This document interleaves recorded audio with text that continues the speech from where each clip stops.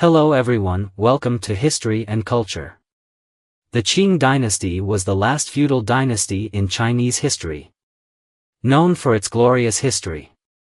Initially called the Later Jin, the dynasty lasted for 296 years, starting from the establishment of the state by Nurhaci, and had a total of 12 emperors.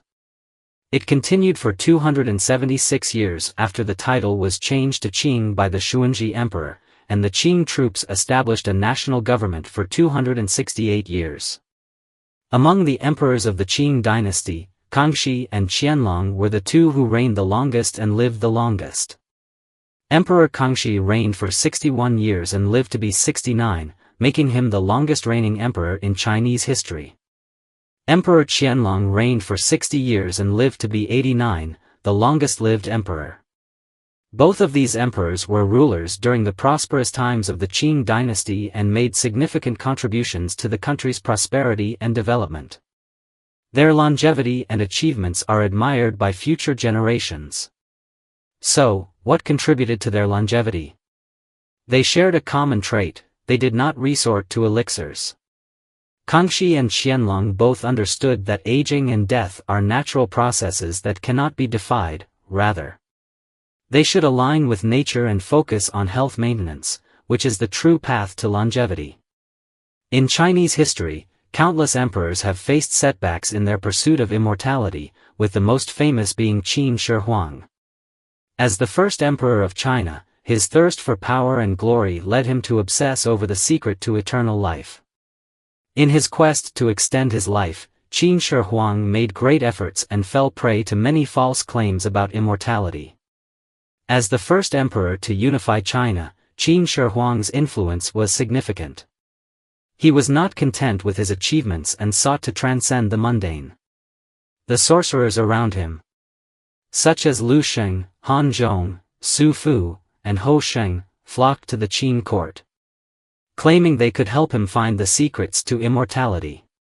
Su Fu deceived Qin Shi Huang by claiming that 3 divine mountains existed in the sea, but were obstructed by giant sharks, and thus the emperor needed to send skilled archers to assist him. Coincidentally, Qin Shi Huang had a dream in which he battled a sea deity resembling a human. A dream interpreter stated that the water god was usually invisible and required bait in the form of a large fish.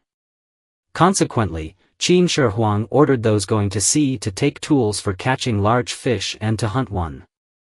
Soon after, Qin Shi Huang sent Su Fu to lead 3,000 young men and women to sea in search of the divine mountains, but they mysteriously disappeared.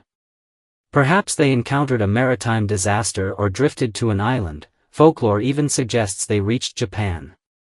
Meanwhile, the empire Qin Shi Huang established in his pursuit of immortality quickly declined due to harsh rule and high taxes, provoking popular resistance. Ultimately, Qin Shi Huang died during an eastern inspection tour in 210 BC at the age of just 49. Indeed, Qin Shi Huang's age at death was relatively short compared to many other emperors. Additionally, the Yongzheng emperor was the most diligent emperor in Qing history and the third emperor after the capital moved to Beijing. He referred to himself as the recluse of broken dust and master of the garden of perfect brightness.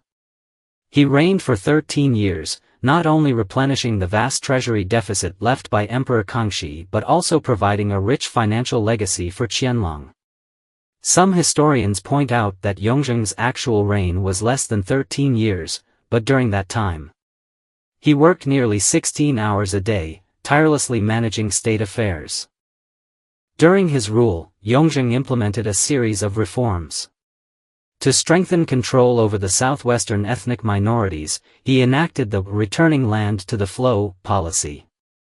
He also abolished the system of lowly status and introduced the land tax reform, which alleviated the economic burden on landless or land-poor farmers and promoted population growth.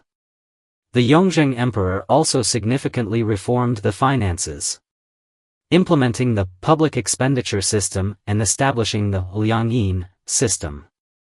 He integrated the responsibilities of officials and landlords to ensure timely tax payments. In the first year of Yongzheng's reign, 1723, he sent troops to Qinghai, and the following year. He quelled the rebellion of Lobozeng Danjin.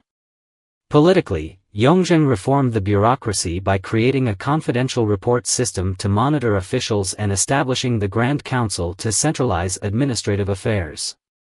He also improved the succession system for the throne to make it more orderly, thus avoiding the conflicts among princes that occurred during Kangxi's later years. Yongzheng claimed to work diligently before the world and be vigilant from dawn till dusk, reflecting his dedication and seriousness towards his responsibilities.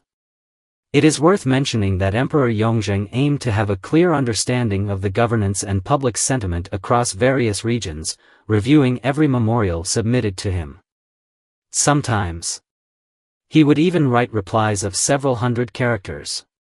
According to statistics, there are currently about 300,000 existing memorials and documents from Yongzheng, totaling over 10 million words of his annotations. Moreover, Emperor Yongzheng's daily schedule was extremely tight, almost repeating the same tasks day after day. Every day around 2 a.m., he would get up to use the restroom.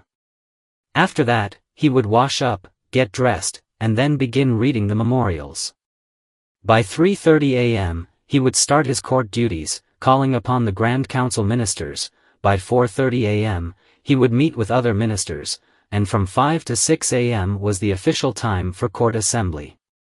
After court adjourned at 6 a.m., he would work for a while before having breakfast. After finishing breakfast, he would work continuously until 2:30 p.m., then, he would have a quick lunch in the next half hour before returning to work until 8 p.m. When he felt tired or hungry, he would have some supper brought in from the Imperial kitchen. He would not go to bed until 10 p.m. This adds up to only about 4 hours of sleep each day, while his work hours reached an astonishing 16 hours. Moreover, Emperor Yongzheng almost never took a break throughout the year.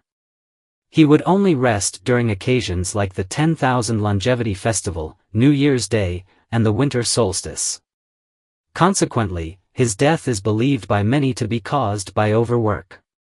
However, some historians hold a different view, suggesting that he may have died from consuming elixirs.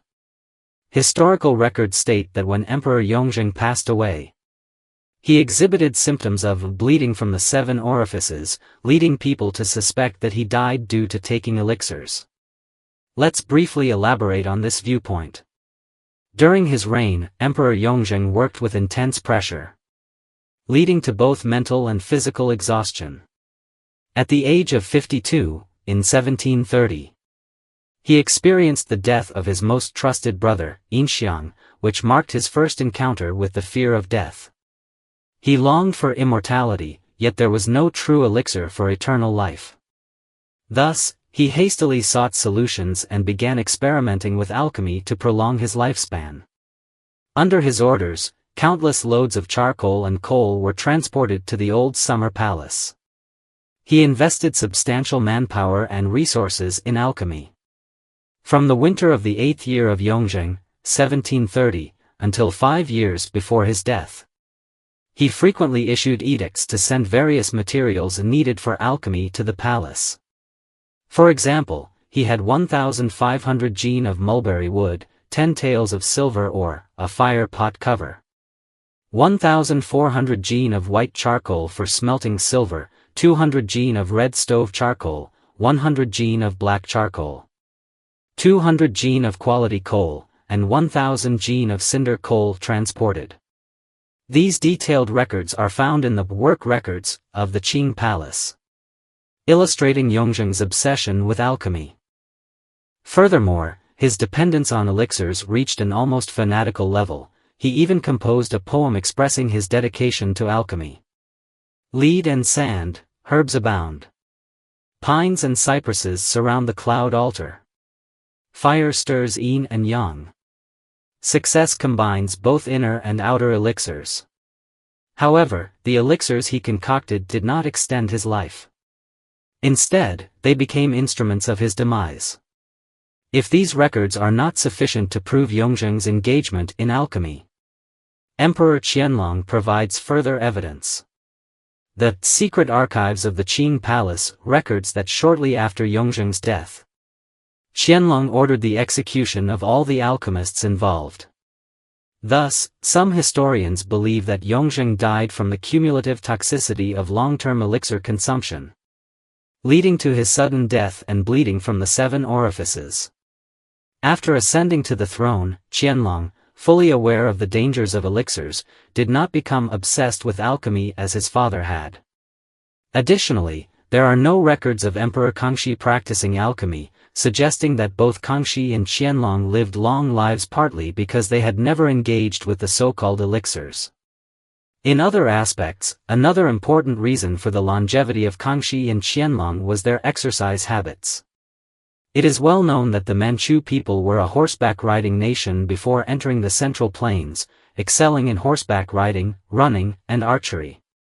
Both Kangxi and Qianlong enjoyed hunting, often leading troops in large-scale hunts.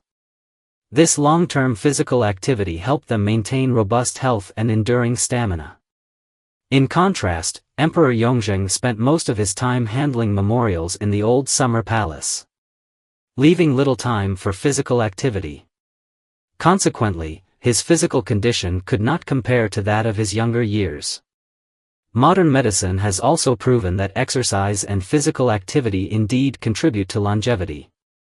Maintaining good physical condition and an active lifestyle can help us better face the various challenges in life. Proper exercise and staying active may well be the true secret to pursuing a long life. This is the History and Culture channel.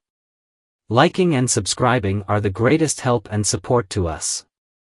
Thank you everyone and see you in the next time.